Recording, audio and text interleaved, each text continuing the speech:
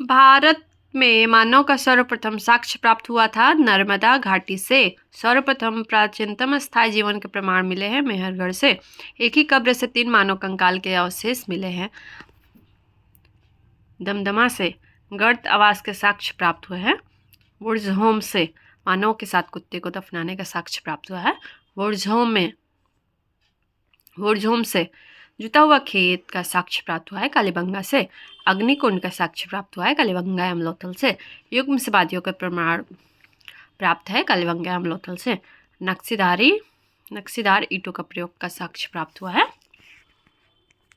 कालीबंगा से नर्तकी की कांस्य मूर्ति का साक्ष्य प्राप्त हुआ है। मोहनजोदड़ो से शव को दफनाने की प्रथा का प्रचलन था। हड़प्पा में शव को जलाने की प्रथा का प्रचलन था। मोहनजोदड़ो में 3 मुख वाले देवताओं की मूर्ति प्राप्त हुई है। मोहनजोदड़ो से मिट्टी द्वारा निर्मित हल का साक्ष्य प्राप्त हुआ है।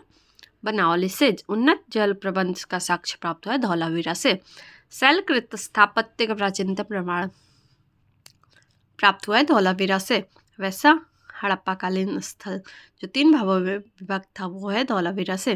कृषि का प्रथम साक्ष्य प्राप्त हुआ मेहरगढ़ से। चावल का प्राचीनतम साक्ष्य प्राप्त हुआ कोलिड हवा से। आँख का आविष्कार हुआ पूरा पसाड़ काल में। पहिए का आविष्कार हुआ नव पसाड़ काल में। मानव द्वारा सर्वप्रथम प्रयुक्त अनाज था जौ। मानव द्वारा सर्वप्रथम प्रयोग में लाया गया धातु था तांबा। राष्ट्रीय मानव संग्रहालय स्थित है भोपाल में। सिंधु सभ्यता के प्रमुख बंदरगाह थे लोथल एवं सुतकोदा।